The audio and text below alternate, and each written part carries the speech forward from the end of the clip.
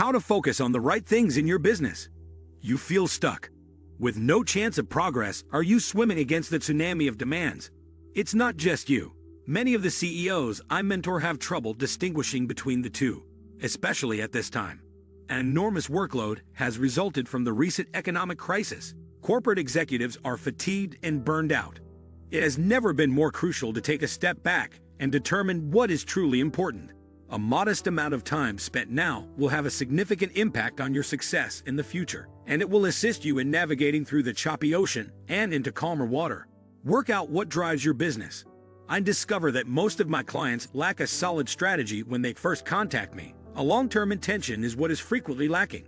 The predicted budgets are incremental, and they are just budgeting for the next 12 months. Future developments in the corporate environment or industry are not given much consideration or room for maneuver. There isn't much momentum or a sense of forward mobility without knowing who they are, why they're here, and where they're headed. Because they are so important, we always start with our purpose, core values, and BHAG. Businesses with a clear long-term goal become iconic. They are admired for more than only their good or service. What appeals to me about them is how they conduct themselves. I usually raise an eyebrow when someone claims that there is a talent war going on. I disagree that no one knows who they are or why anyone would want to work for them, which is why they can't attract good employees. It takes a lot of work to draw in customers. Choose the right structure. Your company's success depends on having the proper structure in place. A framework is necessary for the execution of a strategy. Which one, a robust matrix or a robust silo, will you choose? Choose where your company will likely land on this spectrum. I advise shifting away from the more conventional functional structure of finance, marketing, sales, etc. for the majority of the organizations I coach in favor of a matrix of small multidisciplinary teams. You won't be as likely to lose clients at departmental borders if you use a team-of-team strategy. Make culture a part of your strategy. Avoid making the mistake of downplaying the significance of business culture. Include it in your overall strategy and confirm that it supports your long-term goal. My last 10 posts alone have focused on the characteristics of a powerful culture. I've written extensively about how to create the proper culture for growth. It's difficult to change, there's no doubt about it. But with work and preparation, it is achievable. Get to grips with goals. A vision becoming a reality might be quite difficult. Maybe you've put a lot of effort into developing a revolutionary new company plan. Doing this is a very different matter. Poorly specified objectives are frequently to blame for execution problems. Nobody challenges anyone else. What good is it to decide that sales will increase by 10% if you haven't thought through how and what that would entail? At the beginning of my job, I experienced this frequently. My boss would say, "Dom, this is your aim. Boost sales by 10%. What about the plan though? Where were the extra leads I would need? And how would I know if I was headed in the right direction?" Finance frequently compiles annual budgets using numbers that are conjured up out of thin air. There isn't a business plan. There are no proper solutions. Staff members continue to waste time and money on activities that have little bearing on the direction or growth of the organization as a whole. Setting a goal is insufficient.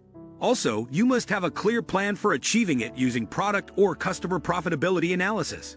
Dig into your data and set up metrics. Most of the time, my customers are aware of their revenue or profitability figures, but have no idea what generates that profit or consumes resources. The answer lies in measurements. In every business where I've served as MD, we divided the entire cost of customer support salaries by the number of tickets.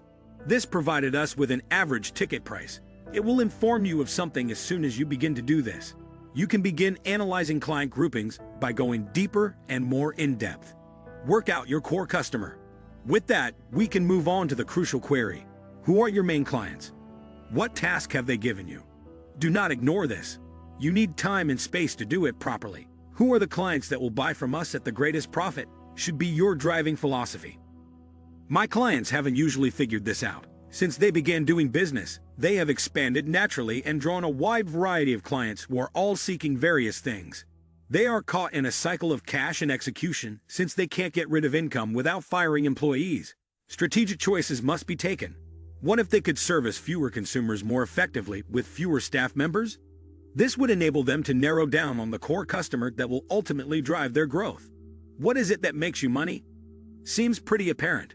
But do you know how your company generates revenue? There is far too much ambiguity surrounding this. I use Dell as an example to attempt and explain this. Their whole expansion was predicated on getting client payments 22 days before paying suppliers. They carefully considered when they were paid before making their decision. Here, a powerful tool known as the power of one is put into use. I employ it to demonstrate to clients the effects of a 1% change in revenue on their profitability over time, or a 1% cut in their expenses.